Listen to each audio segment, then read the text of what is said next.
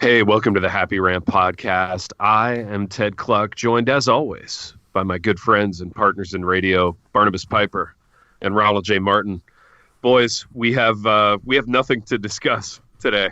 But before we get into nothing, I have a complaint actually.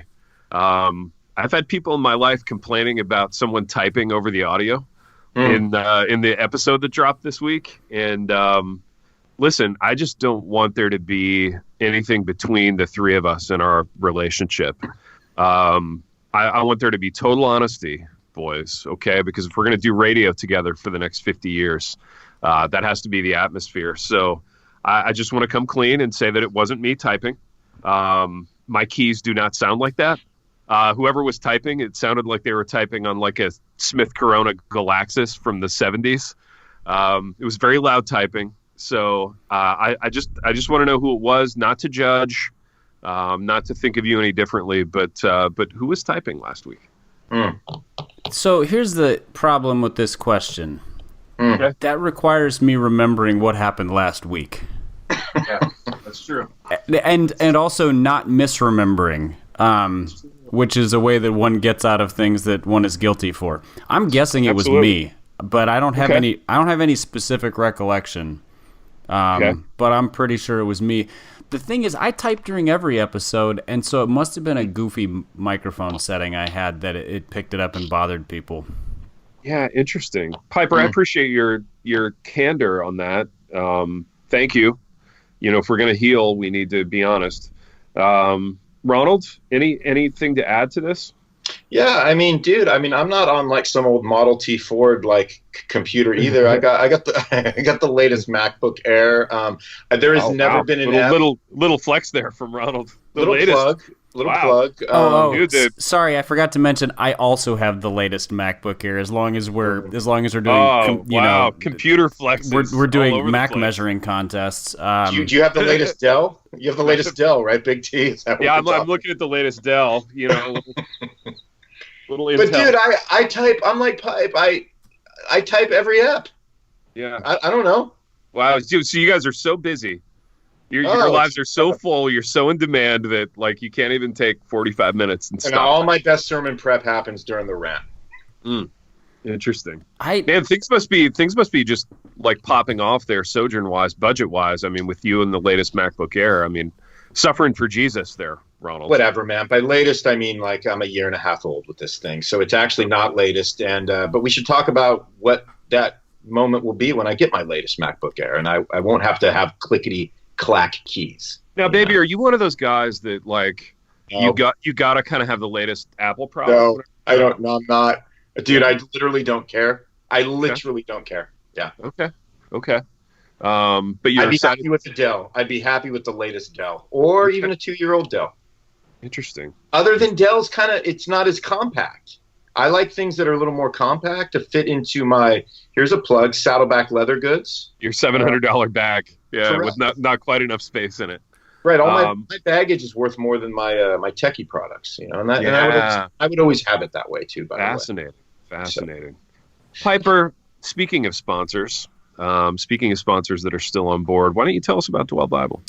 Oh, yeah, we do have a sponsor this week, don't we? Dwell app, our longtime partner and sponsor, is an audio Bible app. I use them pretty consistently, So here's how I use Dwell app currently more than anything else. It is to keep me sanctified while sitting in Nashville traffic, trying not to think homicidal thoughts about terrible drivers around me.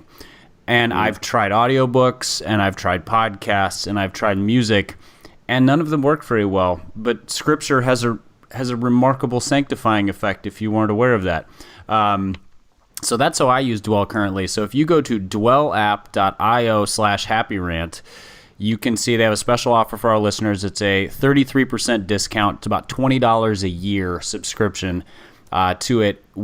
As part of that subscription, you have access to listening plans and a whole variety of features that allow you to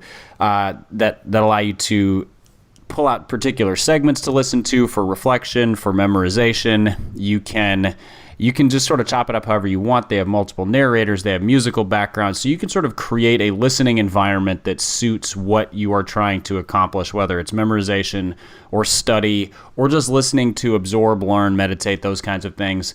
So again, that's dwellapp.io/happyrant. They have a 33% discount. They also have a free trial if you want to test drive it before purchasing. Yeah, nicely done there, Pipe. So here's the dilemma that I'm seeing this morning is that we have this podcast, wildly successful, trending in other countries. We've just come off this mountaintop kind of talking about John MacArthur and Kanye West in the same episode. We know that Piper has issues. We know that he is a terrible person because he didn't like Kanye West's record. Which makes him terrible. But beyond that, boys, we don't have a whole lot to talk about. And I dare say the three of us don't really feel like doing this. So the question is, how are we going to redeem this time? How are we going to make it work for us? How are we going to create radio out of nothing? So, Ronald, should we talk about Pipe's issues vis-a-vis the Kanye record and why it makes him a terrible person? Or should we talk in a more kind of broad sense about what do you do when you host a wildly successful radio program and you have nothing to talk about? Yeah, I'd like to combo the two things. I mean, if anything, it keeps us talking about Kanye, and I think that's our obligation as Christians. Absolutely. And number two, why does it ever matter what anybody thinks about a commercial product? I like that question. Why does it matter what Pipe thinks, I think, you think? Why? Well, I mean, what does Kanye think about Kanye's record? There's a question that nobody's been able to answer yet. Well, dude, this is something that we've actually been talking about in one of my classes, and it's how, and I'd be curious to hear from both of you whether you think this phenomenon has gotten worse in a modern context or if it was worse kind of when we were growing up. But I think the reason that people care, Ron, is that isn't it a truism that we all use the consumer products that we consume as planks in our persona platform? In the same way that you flexed about having like the latest MacBook Air that weighs, 0.002 ounces and, slides ever so nicely into your $700 worth of like Corinthian leather that you walk out of the house strapped to your shoulder with every morning. Like those are in and of themselves planks in your persona platform. And by liking them, you're saying something about yourself. So I think in this moment that we're in with Kanye West, like uncool reformed people are using liking the record to make themselves either look cooler or look open-minded about Kanye's conversion. Like these are persona builders. So I guess the fact that Pipe doesn't like the record, it says something about his persona one way or the other. Now, do you guys think that phenomenon is worse now or was worse before?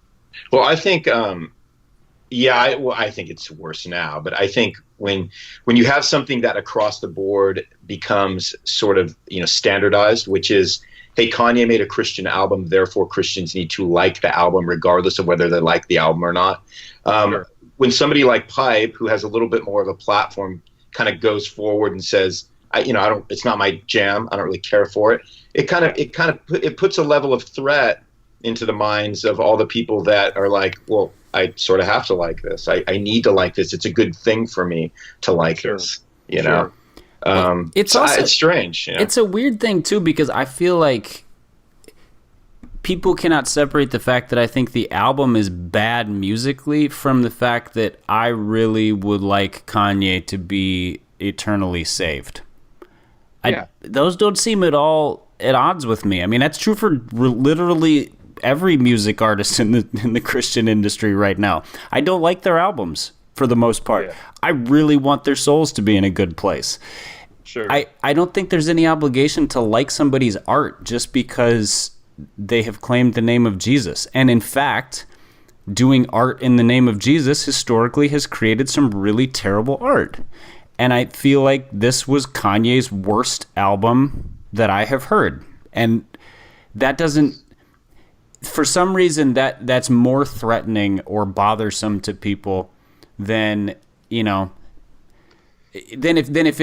he was not if he had not claimed Christ. I think people would just be like, oh, you have an opinion.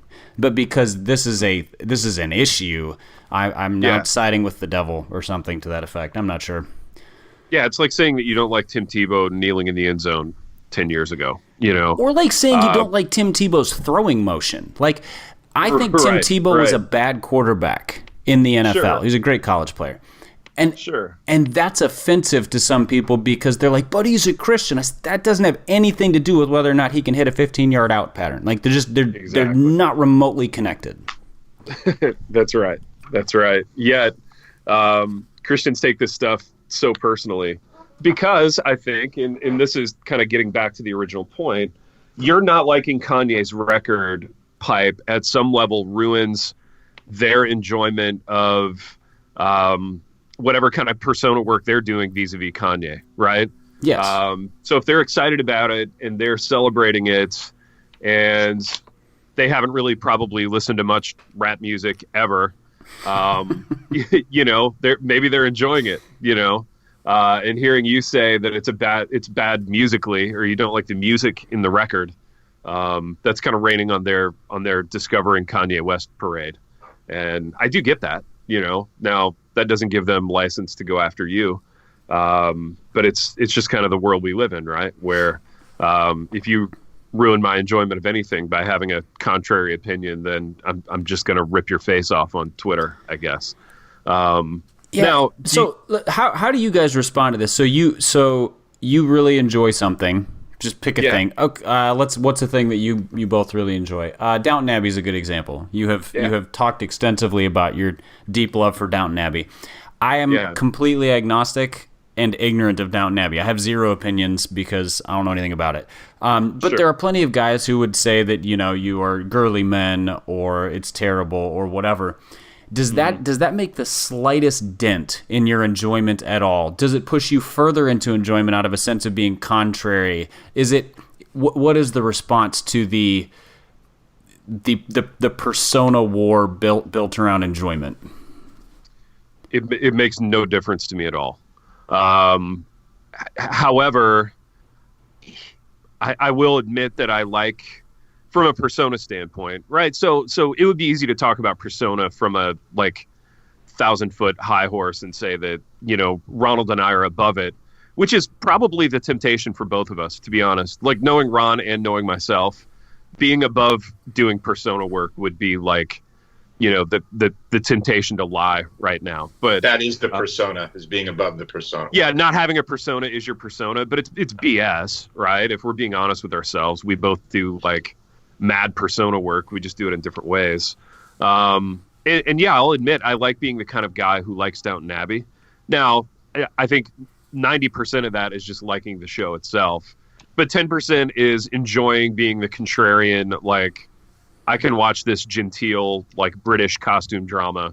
Yeah, I don't have to be watching a tractor pull or a boxing fight to be a dude, So at that level, I guess it is persona work. Ronald, what do you say about it? Yeah, no, I don't know how I can add to that. I mean, I somebody else not liking something I like has never changed my opinion or made me, like something less. It just that's so weird that even in the way that I think and process things, that doesn't make any sense to me. You know what I mean? Because here's the thing: there's never been 100% of everybody that's liked one thing, and so if you took it that, you would never like one thing. If it was dependent on everybody liking it and not anybody having a negative opinion on it, it lacks logic in some ways. And I'm not a super logic guy on any level, but that's where I break those things down and go, oh, great. You don't like it. Great. You're not going to sit in my living room and watch this with me anyway. What does it have to do, practically speaking, with my level of enjoyment of it? It just doesn't add up to me at all. Let me ask you another question related to this. I see this kind of persona work traditionally as the purview of people who are in their teens and 20s. Yes.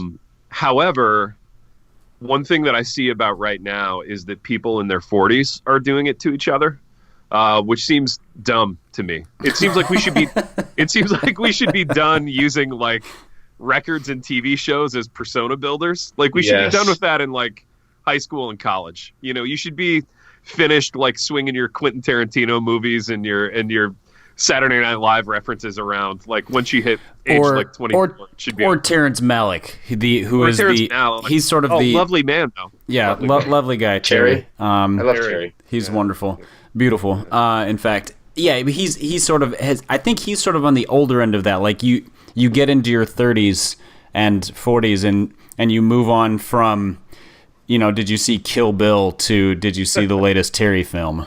Yeah, Tree of Life. Right, so beautiful. Why are people doing this in their 40s? This is dumb. Is this purely a function of social media? Yeah, it's. I think it's we enjoy. I think you could break it down. So I think it's easy to break down in the sense that it's fun to be around other people that share your interests. There's a sense of community about that. So for me and you, Big T. I don't want to go see Downton Abbey with Pipe. I want to go see Downton Abbey with you because we share that commonality.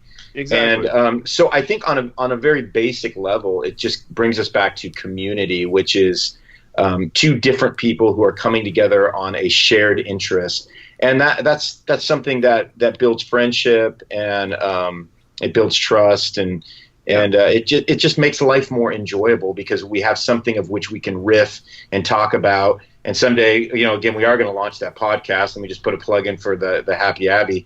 But absolutely. But I think at its most base level, that's what that represents for me. Yeah. But again, that's what it represents for you. But I think in that context, there's a reason why. So you love something. If somebody else doesn't love it, you also don't care that they don't love it. Like you don't think less of them for enjoying a different show or movie or whatever. I don't even disagree with them because it's a matter of it's subjective when it comes to taste and style and all those things. So I can just go, well, yeah, it's not my thing, but I'm also okay with you liking something that I don't like because I know I like things you don't like. That literally is like that is how the world like pivots on its axis. Yeah. Right. You know what I mean? But I think you are anomalous in that way to compared to the majority who pick what they like based on how it will be perceived and how it positions them, not just a pure and simple do I or do I not enjoy this. And then because if it's a pure and simple enjoyment, you then connect with people who like the same thing, whether it's Downton Abbey or Kanye's album or cheeseburgers or whatever. The common enjoyment is fun. It brings people together. Sure. If it's a positioning thing and it's a status thing, there's a threat aspect because if somebody likes something different, it's a status difference or they're threatening your position. And I think that has a lot to do with social media and just general insecurity, which social media feeds into. You have to be really there's a certain amount of self-image security and being able to say that you really enjoy something that is not cool or that is not the current trend or that you really dislike something that the masses have decided is the right thing to like, And we talked in a previous episode about sort of the pressure towards white wokeness amongst 40-something, 30 and 40-something people, and it's not cool to be like, I think this is nonsense. I don't think this means anything because. Yeah. So I think there's just a ton of insecurity leading to essentially like popularity by democracy. What the masses have decided, what is right, is cool, is good. And then that's all tribal, too. So is it Reformed Christianity or millennial people or white folks or like however you're dividing the population that you are then trying to impress? But it also seems intrinsic to age, though, too. Kind of what you were going back to, T, which is like this is kind of the thing you're essentially discussing with your students on a daily basis, right? Yeah. But I feel like once you get past the age of 18, it's fascinating to think that this is still a thing. Right. No, I agree. And it's just funny though, because I think social media has made it a thing for 40-year-olds to quibble over. Whereas remembering back to when my dad was 40, I can't imagine him sitting around with his buddies and going, well, wow, you guys are lame because you don't like the new Moody Blues record or the Dude, Earth, Wind and Fire unthinkable. record. Yeah, It's unthinkable. Like for our dads to sit around spending like 1 second doing that, it's just utterly laughable and unthinkable for them to have done that. But yet that's the same thing that guys our age are doing like this very second. Like Christian dudes in their 40s are having these like heated debates over their response to the Kanye record, which is just utterly ridiculous to me. But very funny at the same time. And I think back to what you were saying though, Pipe, I think it has created more stress, right? It's created more stress because with all of these issues, you're wondering like, am I on the right side of the Kanye debate, or am I woke enough to please like the people in my life? And I think that's why, not to take it to too fine a point, but I mean, it's why there's way more like stressed out, depressed, anxious people in 2019 than there were in 1993. When it's a weird thing. I remember maybe 2-3 years ago, I stumbled across some music by Leon Bridges, who's does sort of like Motown, R&B, soul, really funky, cool stuff. Yeah, he's good. He's played at our school before. And which school? Union. Okay, I was thinking the one your ones your kids went to, and I was like, really? No. That seems unlikely to me. No. No one cool has ever played at that school. They're not playing at the Latin Co-op, man. They're Bridges in to do the. They're not playing at the Renaissance Fest. Does he know Does he know Agnus Dei in full Latin? Because if so, he can come play. Hey, their money spins too. Just to be clear. So I stumbled across music by him, and I post something on Twitter about how cool I thought it was, and there was 2 responses. One of which I really appreciated, the enjoyment response, and the other was like the D-bag pressure response. Okay. The one I appreciated was, I know, isn't he amazing? Just sort of the fellow enjoyer of good music, which is great. Yeah. The other was, oh, how did you not know about him? That album came out a year ago. Oh yeah. Yeah, I gotta prove my intellect by. I know. I'm sorry that I just found a good thing. Like my bad. Yeah. My bad that it's no longer valid you're to not allowed enjoy to this discover thing. an album even a day after it comes out. No, right? exactly. It's got to be day of. You got an 8-hour window, or else it actually needs to be about 6 months in advance because you knew about them before everybody else did. Right. Exactly. I guess my enjoyment was invalid because it was late. And I'm sure even Leon Bridges feels that way. He wishes that nobody else would discover his first album because it came out at this point 3 years ago. It's how dare you spend money on my record 6 months later? I mean, that's how I feel about my books. Every time somebody's like, "Hey, just ran across your books," I'm like, "Get out, go away, go home. Why are you even reading that?" Right? How did you not discover this 6 months ago? No, it's terrible. I mean, it's truly. Don't you think though? Don't you think Twitter was just made for that kind of a-hole? If there's a very specific like a-hole type and that's part of it, Twitter was made for that person. Because they must derive so much pleasure from it, from like composing that tweet, hitting send or whatever, and just having it be there. Twitter is made for that guy. It's just such a bummer because it's also made for the other guy who's like, I know, don't you love track 6 where he just, and sort of the reveling. There's so much opportunity to use social media in a fun way, and people just suck at it. Yeah, they do. They do. Yeah, Ronald, like anything to add to this topic, this non-topic topic? No. Ronald, have you come out with anything creative that we can no longer enjoy because it's been out for longer than 7 minutes? Yeah, I actually just posted a song from a collaboration album I did with my brother in 2007.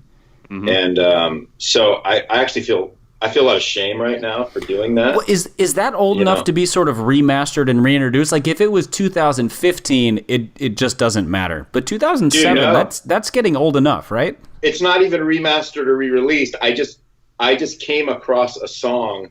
Something popped up like on my YouTube channel, one of the songs that we did from it, and I hadn't heard it in probably 10 years, no exaggeration. Yeah. And I just clicked on it, and I'm like, oh yeah, I kind of like that song, so I just posted it.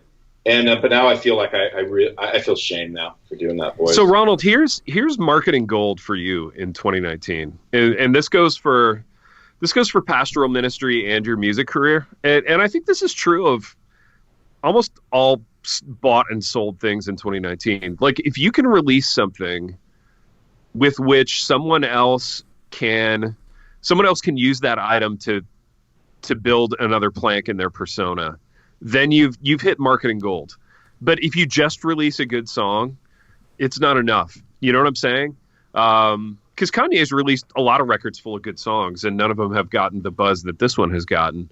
If you release something that someone can use, so you have to comb back through your library and go, how can someone use this to feel smug or cool or more enlightened or more thoughtful or more woke or more whatever? And then that's the thing you want to sell. You know what I mean? Those are the questions we have to ask now. It's not that I just write and record a pleasant song. It's not enough to just. How can this benefit somebody's platform?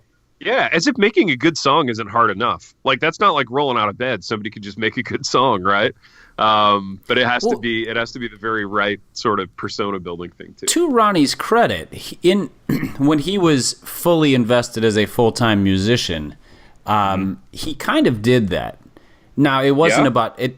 It was pre-wokeness and whatever, but it was sort of an avant-garde niche of music. So he wasn't playing to the mainstream, and so when people liked his music, they had discovered this, like, the secret room of Christian music kind of thing, and his fans of Joy Electric still talk about that music today. Like, when they run across each other, there's sort of like the knowing nod, like, oh yeah, you like them too, and they find such great pleasure in the fact that, all of those Jars of Clay fans and whatever are not among them. He did provide a certain level of sort of smug enjoyment to a collection of listeners, for sure. Wow, thanks, Pipe. That's really nice, man. I provided smug enjoyment to a collection of listeners. I'm going to use that. I'm going to use that for my current platform, for sure. Pipe, wouldn't you say that in 2019, smugness is the ultimate marketing tool? Like, if you can deliver smugness, you've really done something. Smugness has been standardized. Yeah. That's a good. I'm trying to think of anything that sort of assails that point that you just made that might overcome it. I'm not coming up with a lot. I think. Right. I'm struggling to find the lie in that statement. I think smugness is sort of it's the persona of the day, for sure. It really is. And I think social media was made for smugness. And you're right in saying, Pipe, that it was made for all these other potentially good things, right? Like finding like-minded communities of people who enjoy the same stuff and all that. But at the end of the day, it was really made for smugness. And I think it delivers that in droves. Why smugness and not something? Is it because everything is so sort of politicized or politically correct that you can't be outwardly antagonistic, so you can't just outright be like, I'm better than you, or my product is better than yours, or you're an idiot. There has to be sort of a quiet, passive aggressive, like, I know I'm better, but I'm just going to sort of smirk about it rather than announcing it. I just think it's I think it goes back to what we said in the beginning. It's a defense mechanism, because it's not enough to just be able to enjoy the things you enjoy. You have to enjoy them in such a way that nobody's going to say anything negative about the fact that you enjoy them. And because somehow that's going to ruin your enjoyment of them. Like, so what that person thinks about what I enjoy, that either, increases or lessens the enjoyment. I think it just brings us back full circle, to where why should that have any, why should there be any play in that in terms of, well, it's made more complicated by our Christianness, in which in many cases we kind of feel like we have to defend every purchase, right? So you have to justify your $700 bag by saying, but I use it to carry all my theology books, or, somebody gave it to me, right? I mean, we justify it by saying a friend gave it to me, or I carry theology books in it, or I got it on my podcast as a sponsorship. Everything is so much more public and complicated now. Whereas I think in 1993, if you had a $700 bag, you weren't bloviating about it on your podcast. You weren't posting pictures of it on social. I mean, if you took a trip in 1993, you were just a guy taking a trip. You know, it wasn't a photo op. It didn't invite your friends to feel either jealous or envious or like they had to come up with a better trip. You know what I'm saying? Like, stuff happened more in a vacuum back then. And I think now everything is either an invitation to jealousy or an invitation to feel superior. Or there's there's the guilt aspect of things where, so for example, people buy consumer goods for quote unquote like justice reasons or good causes, and so once upon a time, if you wore a particular brand, I don't know, pick like Polo or whatever, like every brand has had its day, and that was sort of a status symbol. But now it's like. Every time I buy this pair of shoes, a pair of shoes is given to somebody in another country, or I buy these glasses and somebody has provided glasses, and so there's which again feeds into smugness because you can announce the goodness of your consumerism, as well as making other people feel less than for their I mean, I'm sorry, you bought your shirt at Target, that's terrible. I bought my shirt for twice as much, but they sent $7 to somebody in Indonesia. Some like war refugee made it with his bare hands. Yeah, you bought your shirt at just a regular for-profit store, you monster. You know who I blame for this? Who's the OG little hipster in like 12 years ago that made that company where you get the canvas shoes and somebody else gets a pair of canvas shoes? Tom shoes? Yeah, I blame Tom. I blame that guy. He ruined everything. Shopping used to be fun before that guy, Dude, I remember. So I was at the Catalyst conference in Atlanta, and so this would have been 2008 or 9 maybe, and Tom's shoes had just come out, and so they knew at that point they hadn't gone to they weren't in shoe stores and things like that, so they knew that this had to be a niche market to faith-based groups primarily. So they were a phenomenon amongst the Gen X and older millennial church leader crowd at Catalyst. People loved it. And now like Tom's is just common. Like they're the OG, but that whole model is just commonplace now. Yeah, everybody does it now. But yeah, they definitely started that brush fire. Sorry, California. Touchy subject, but yeah, they did that. Interesting. Did you guys get Toms back in the day? No, they're not comfortable.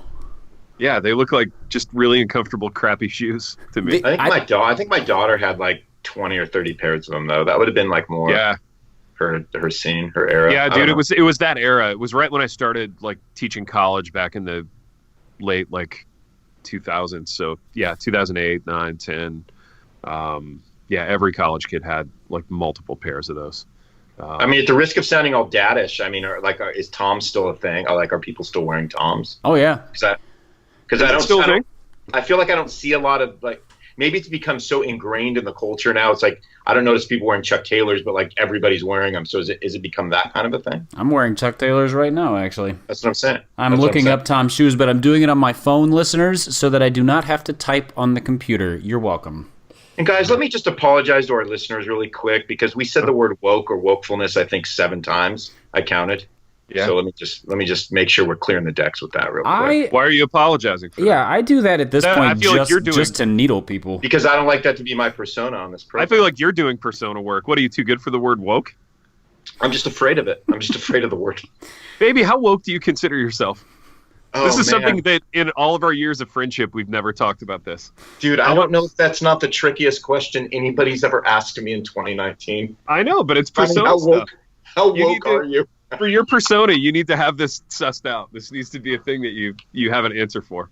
I think that I probably am the most woke evangelical, maybe in evangelicalism. I would say I'm number 1. You're the number 1. You get the award. You get the evangelical. Okay, well here's the problem with that. Here's the problem with that statement. If you're truly woke, you have abandoned evangelicalism, Ronnie. So you can't be woke and an evangelical. That's not how it works.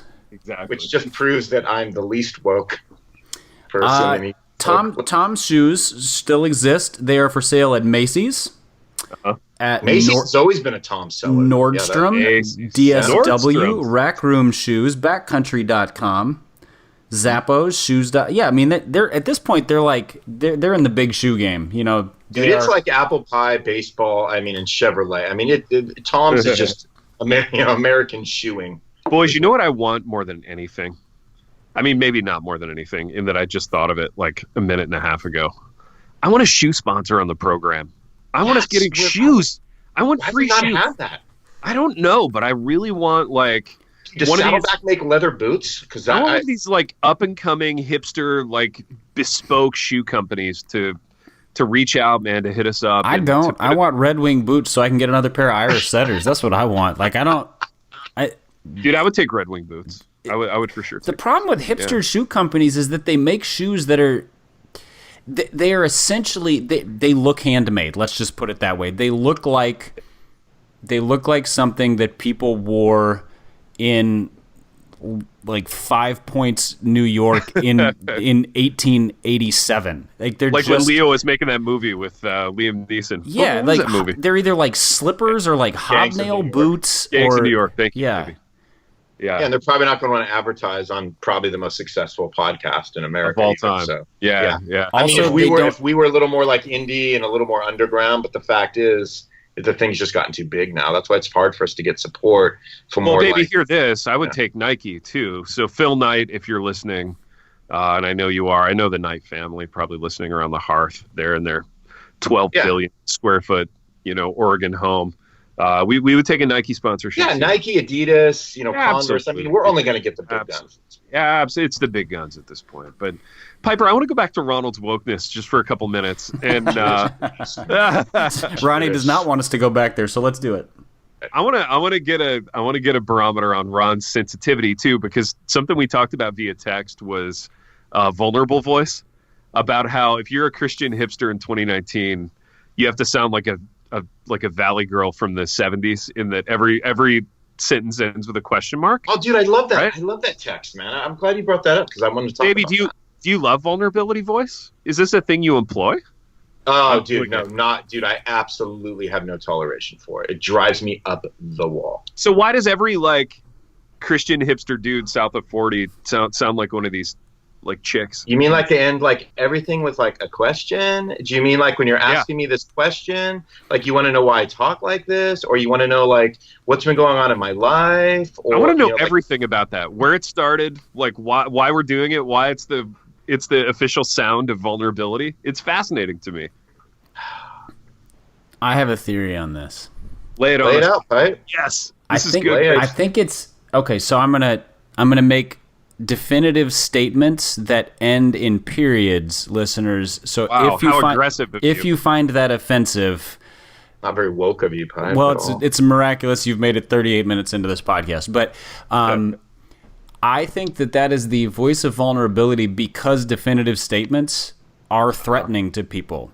Everything is so built around dialogue, and it's a give and take. It's a conversation that to say, I think X is, you almost need to apologize for it.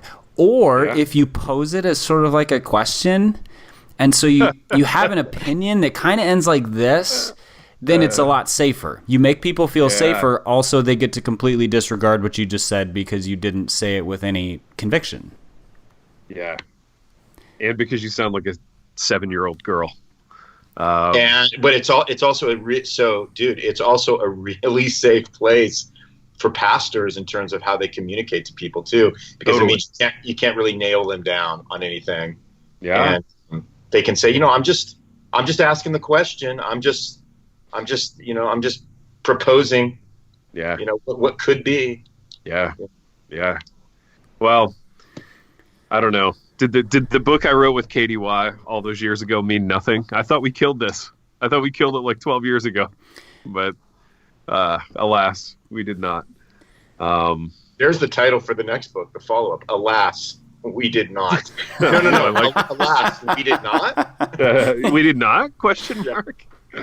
Oh, I love it, boys. You know what, though? I think it's time to kill this episode. Oh, maybe. I would love if you would do that. Yes, baby. My gosh. That is the best news I've heard all Hear me morning. saying I'm here to kill this episode. Say it again. Is Say it one more is time. this a definitive statement, or are you considering killing the episode? Maybe. I'm here to kill this episode? Maybe. I can't even do We've it. wandered to and fro. We've wandered to and fro throughout these topics. Get some rest, get some margin. Yeah, no, we have wandered to and fro throughout these topic boys. I can't even talk now. Vulnerable Boy says, like, it's ruined my ability to do good radio. It's so stupid. Really? Boys, we've wandered to and fro throughout these topics. And until next time. The Happy Rant is brought to you by Resonate Recordings. If you go to resonaterecordings.com, you can see the full range of services they offer. So if you're considering starting a podcast, they are the ones we recommend going with. Again, go to resonaterecordings.com to see their prices, to connect with them and ask any questions, and to see what they can do to help you launch, edit, master, and improve your podcast. Again, go to resonaterecordings.com to see what they can do to help you launch and improve your podcast.